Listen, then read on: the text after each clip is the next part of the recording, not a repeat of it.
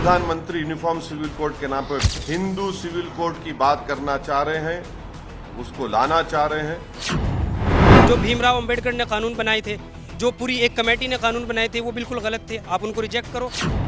मकसद क्या है कि टारगेट करो भारत के मुसलमानों को, उनको ह्यूमिलेट करो। ये एक खास कम्युनिटी के खिलाफ आप पे एक कानून साजी और ये सारी आप जो कर रहे हैं। क्या यूनिफॉर्म सिविल कोड के नाम पे आप प्लुरलिज्म, डाइवर्सिटी को छीन लेंगे क्या आप? ये हमारे मजहब के, हमारे जो कुरान और हदीस है उसके बिल्कुल खिलाफ है। यकसा सिविल कोड नेचुरलिटी और इंसानियत के सिस्टम के बिल्कुल खिलाफ है। यूनिफॉर्म सिविल कोड, इस शब्द की चर्चा भर से सियासी उबाल आ गया है। सामने चुनाव है, इसलिए मजहबी सियासत करने वाले नेताओं की जुबान यूनिफॉर्म सिविल कोड पर आग उगल रही है। अब यूनिफॉर्म सिविल कोड की भारत के प्रधानमंत्री बात कर रहे हैं, तो क्या यूनिफॉर्म सिविल कोड के नाम पे आप प्लुरलिज्म, डाइवर्सिटी को छीन लेंगे क्या आप? यूनिफॉर्म सिविल कोड की जब बात प्रधानमंत्री कर रहे हैं, वो यूनिफॉर्म सिविल कोड की नहीं बात कर रहे, वो हिंदू सिविल कोड की बात कर रहे।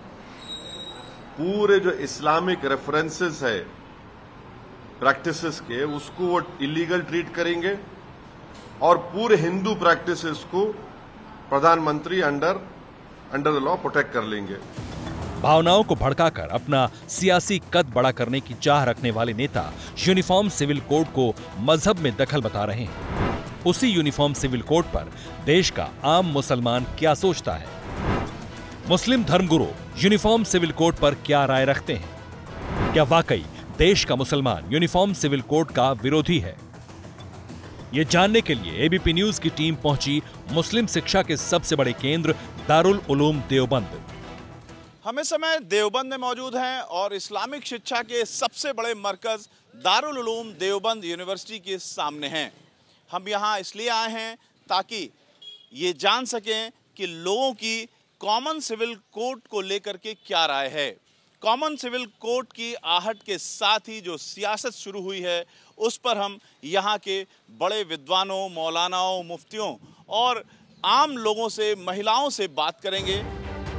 जब से लॉ कमीशन ने यूनिफॉर्म सिविल कोड पर राय मांगी है, तभी से इसे लेकर तीखे सवाल और जज्बाती बयान सामने आ रहे हैं। इन बयानों पर आम मुसलमान क्या सोचता है, उससे पहले ये जानते हैं कि यूनिफॉर्म सिविल कोड लागू होने की सूरत में क्या क्या बदलाव होगा।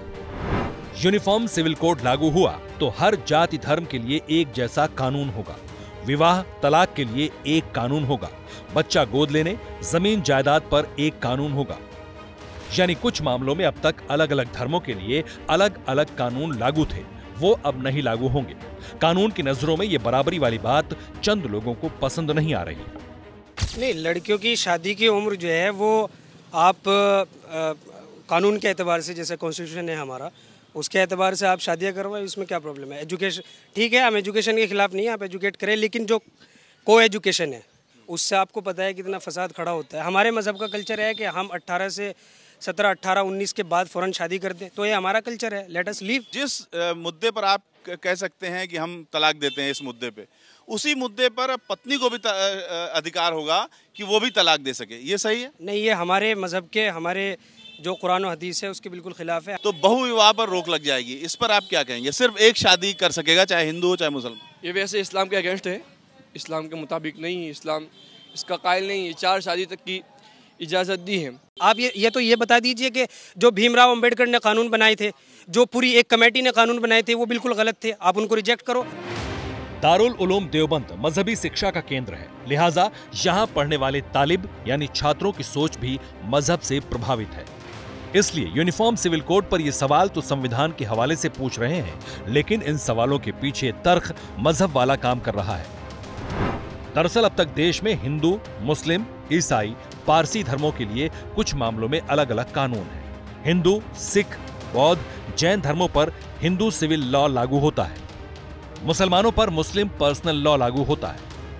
यूनिफॉर्म सिविल कोड लागू होते ही सभी धर्मों के पर्सनल लॉ खत्म हो जाएंगे। यही बात ऐतराज की वजह बन रही है कि यकसा सिविल कोड, मैं इसको हिंदू और मुस्लिम की दृष्टि से नहीं देखता हूं, बल्कि एक इंसानियत की दृष्टि से देखता हूं। यकसा सिविल कोड नेचुरलिटी और इंसानियत के सिस्टम के बिल्कुल खिलाफ है और एक ऐसा मुल्क कि जिसमें 3000 से ज़ायद ज़बानें बोली जाती हों, सैकड़ों किस्म का कल्चर हो, वहाँ आप एक यकसा सिविल कोड किसी हाल में नाफिज नहीं कर सकते।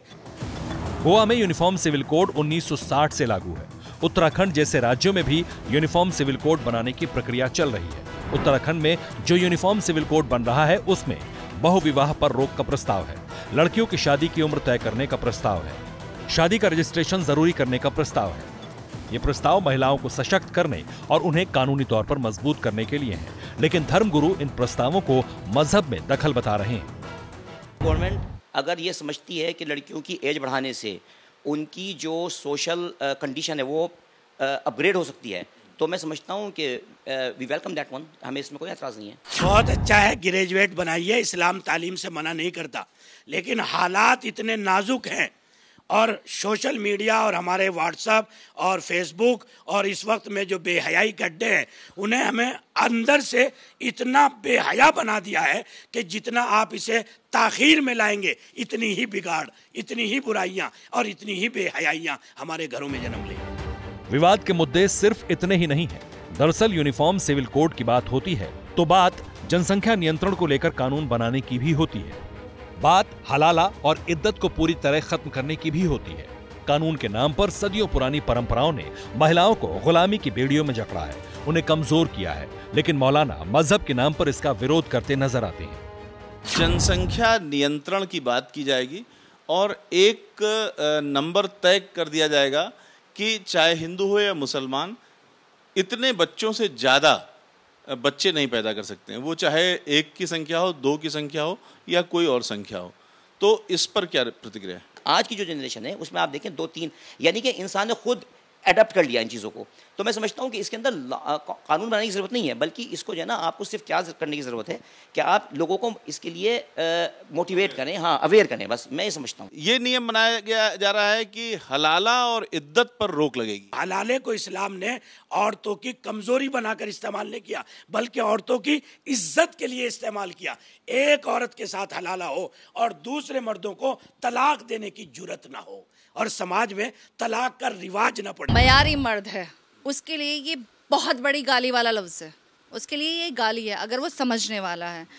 तो ये हमारे मज़हब में अगर हलाला दिया गया है, तो अगर किसी औरत के साथ कोई ज़्यादती हुई है तो वो एक हलाला उसके मुंह पर एक जूता है। इद्दत पर रोक ना लगाए बल्कि उनका खर्चा उठाए। यूनिफॉर्म सिविल कोड में लिव इन रिलेशनशिप को लेकर भी डिक्लेरेशन देना पड़ सकता है। यूनिफॉर्म सिविल कोड के जरिए कोशिश है कि देश के सभी लोग कानून की नजर में बराबर हों, लेकिन मजहबी सियासत करने वाले नेता उसके खिलाफ जुबानी आग उगल रहे हैं। वहीं धर्म के चश्मे से हर मसले को देखने वाले धर्मगुरु भी इसके खिलाफ खड़े दिख रहे हैं। इस नजरिए का लोगों पर भी असर दिख रहा है कि एक खास कम्युनिटी के खिलाफ आप एक कानून साजी और ये सारी आप जो कर रहे हैं, ये मतलब ये कि हमारे देश का और हमारे मुल्क का ये पहले से कोई रिवाज नहीं रहा है। एक देश में सबके लिए एक कानून, बिल्कुल सही है अगर एक देश में, लेकिन सबकी अलग अलग अपने कल्चर्स और अपने मज़हब होते हैं ना। आप बौद्ध मज़हब को, आप क्रिश्चियनिटी को, आप जुडिज़म को, आप इस्लाम को, आप हिंदुइज्म को, इन सब के कल्चर को आप कैसे एक करोगे? आप कल्चर पे बात ना करो। प्रधानमंत्री के बयान के बाद यूनिफॉर्म सिविल कोड पर चर्चा फिर तेज हो गई है। इससे पहले लॉ कमीशन ने 14 जून को एक नोटिस जारी किया था जिसमें यूसीसी पर राय मांगी गई थी।